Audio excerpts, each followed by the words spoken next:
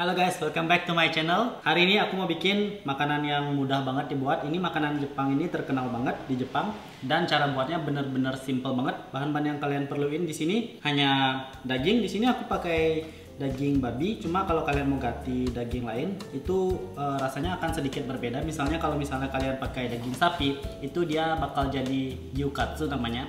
Dan daging sapi itu cenderung lebih keras, jadi dia kurang cocok untuk makanan ini. Jadi sebisa mungkin pakai dagingnya itu daging babi, atau kalau mau diganti pun bisa diganti dengan ayam atau ikan. Nah, bahan-bahan di sini simple banget. Kalian hanya memerlukan tepung terigu, lalu ada breadcrumbs dan ada telur. Lalu untuk bumbunya kalian perlu garam, dan di sini aku punya lada. Nah, pertama-tama kita potong dagingnya dulu. Ini untuk dagingnya ukurannya itu tergantung dari kalian. Jangan terlalu tebal. Kalau misalnya terlalu tebal, nanti cenderung agak sedikit mentah saat digoreng. Jadi kurang lebih 1 jari saja. Jadi ini kalau ukuran gini ini bisa dibagi menjadi 3.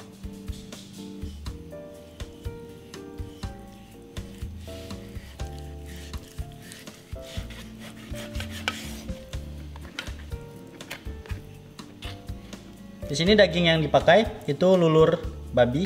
Jadi ini bagian dari tenderloinnya.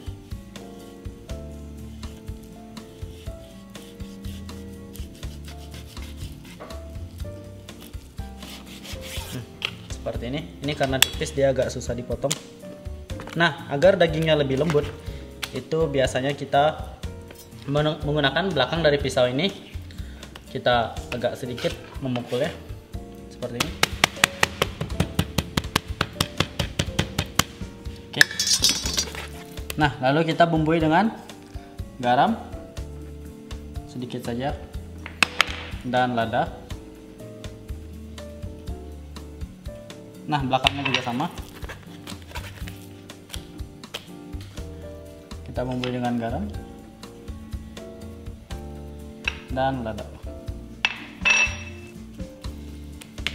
Lalu, jika ini sudah dibumbui, kita akan siapkan bahannya. Di sini ada tepung terigu. Nih, tepung terigunya jangan terlalu banyak. Ini hanya untuk melumurinya saja.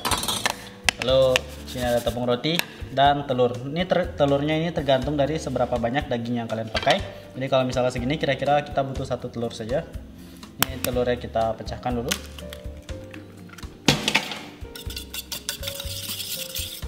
Nah, seperti ini saja. Lalu pertama-tama di sini dagingnya kita lumuri dengan tepung terigu. Ini kita memakai terigu serbaguna. Seperti ini. Jangan terlalu banyak. Jadi kalau misalnya ada kelebihan, kalian bisa tiriskan seperti ini. Nah, jika sudah, kita akan lumuri dengan telur.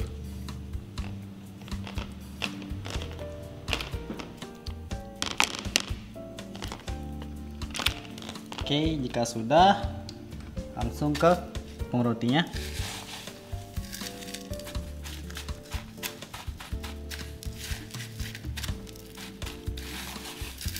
Nah, seperti ini saja. Ini 1 sudah jadi.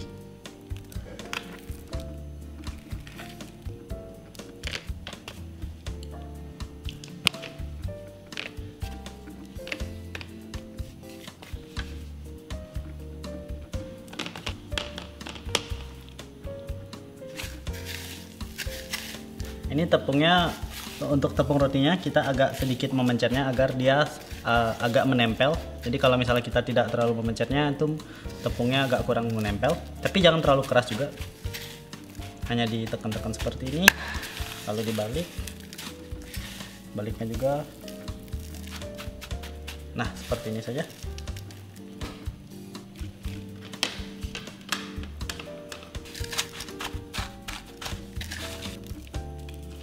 Nah, di sini kita siapkan 1 kol. Ini kita menggunakan mandolin. Jadi ini mandolin ini kalian bisa beli di Tokopedia, Shopee seperti itu. Atau kalau kalian di tempat kalian ada Daiso, itu kalian bisa cari di Daiso juga. Kalian ketik saja mandolin seperti itu. Jadi ada banyak jenisnya. Cuma aku pakai yang ini. Ini belinya di Daiso. Sebenarnya bisa dipakai pisau juga. Cuma ini lebih mudah saja.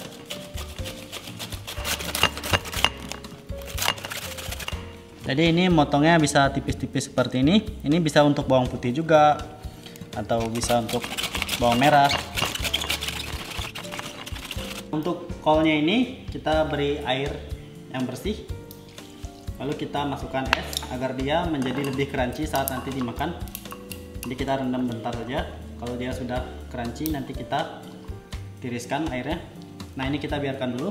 Kita akan goreng katsunya. Ini untuk katsunya sebenarnya didiamkan 1 hari di dalam freezer, dia lebih bagus jika digoreng. Cuma karena hari ini aku mau makan langsung, jadi aku akan goreng satu dulu. Ini saya sudah mempunyai minyak yang panas. Di sini kita panaskan 160 derajat kalau kalian punya termometer. Tapi kalau enggak, itu kira-kira saja. Jadi jangan terlalu panas, jangan terlalu dingin. Ini aku akan goreng satu.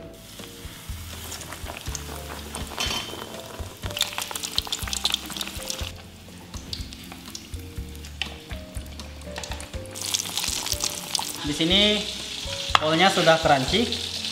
Ini esnya kita buang dulu. Lalu kita akan tiriskan.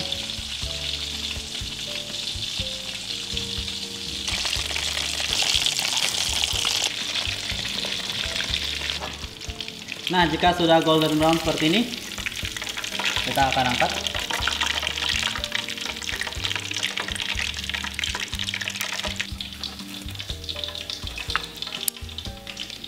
Lalu kita akan memotong tomat untuk garnishnya.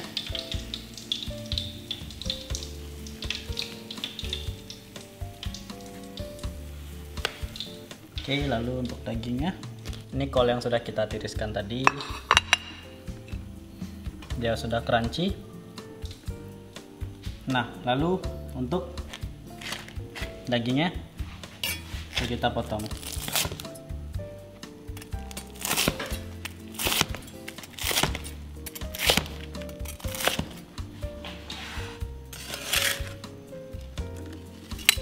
Nah, agar dia terlihat lebih cantik, biasanya ini satu ini kita putar balik seperti ini.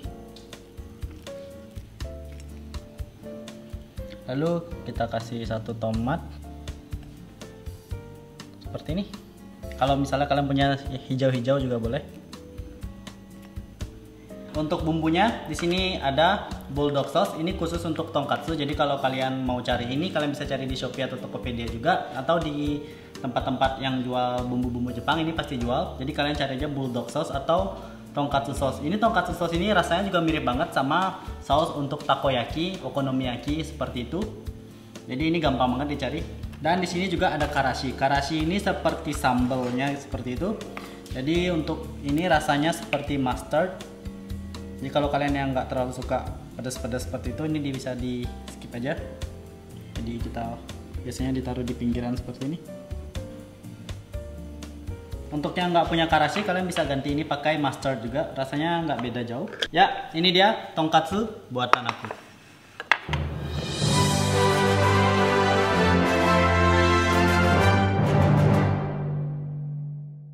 Nah, ini dia tonkatsunya sudah jadi. Kalian bisa lihat gampang banget cara pembuatannya, bahan-bahannya juga simple banget. Kalian hanya perlu 3 bahan saja untuk ini. Dan untuk saladnya sebenarnya kalian bisa tambahkan seperti, kalau mau cantik itu bisa tambahkan parsley seperti itu biar lebih cantik. Cuma di sini karena di rumah ada bahannya ini aja, jadi aku pakai yang ada di rumah. Tapi untuk sausnya sebenarnya untuk kalian bisa diganti juga dengan, misalnya kalian mau pakai saus sambal itu juga bisa, atau mau pakai mayones juga bisa banget. Itu terserah kalian. Cuma untuk bulldog sauce ini emang cocok banget untuk tonkatsu ini. Nah, aku mau cobain dulu. Ini kalian bisa lihat masih crispy. Biasa dilumuri seperti ini. Aku akan coba dengan mustardnya atau karasnya.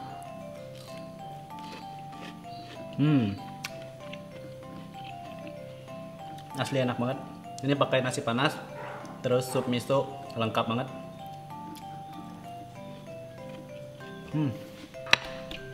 Untuk ini biasanya ada yang, kalau kalian suka yang asam-asam bisa pakai lemon juga. Ini akan menambah kesegaran dari tonkatsunya. Dia lebih segar. Nah, dan untuk ini kolnya, bumbunya juga biasanya kita menggunakan bulldog sauce ini. Nah, dengan kita menambahkan es dan air, itu membuat sayurnya seperti hidup kembali, jadi dia akan lebih crispy.